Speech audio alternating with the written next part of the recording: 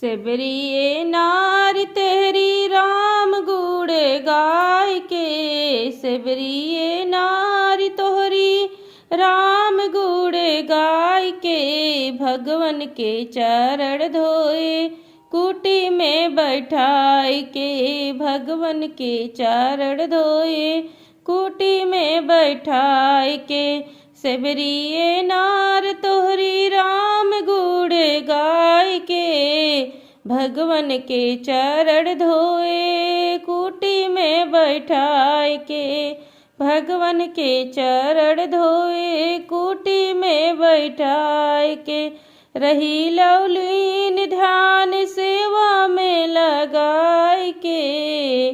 भगवन के चरण धोए द्वारे पे बोलाई के। रही लवलीन ध्यान सेवा में लगाई के। भगवन के चरण धोए द्वारे पे बुलाई के। कुश की चटैया सेबरी झार के बिछावे।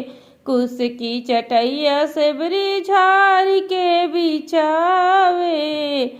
आसना लगावे भगवन कुटी में आई के। भगवन के चरण धोए द्वारे पे बोलाई के। भगवन के चरण धोए द्वारे पे बोलाई के। सेबरिए नारी तोहरी राम गुण गाय के। भगवन के चरण धोए द्वारे पे बोलाई के। भगवन के चरण धोए कुटी में बैठाई के।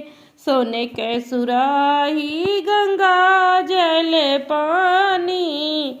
सोने के सुराही गंगा जल पानी। पौआ पखार ली सबरी कुटी में बैठाई के।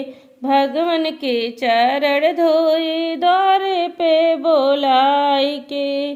भगवन के चरण धोए कुटी में बैठाई के। रही लवलीन सेबरी राम गुण गाय के।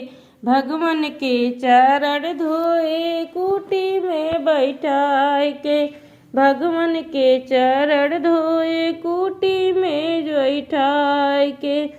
तोड़ के बैरिया सेबरी जंगल से लावे। जंगल से लावे हाँ जंगल से लावे। भोगवा लगावे भगवन कुटी में आई के। भोगवा लगावे भगवन कुटी में बैठाई के। भगवन के चरण धोए द्वारे पे बोलाई के।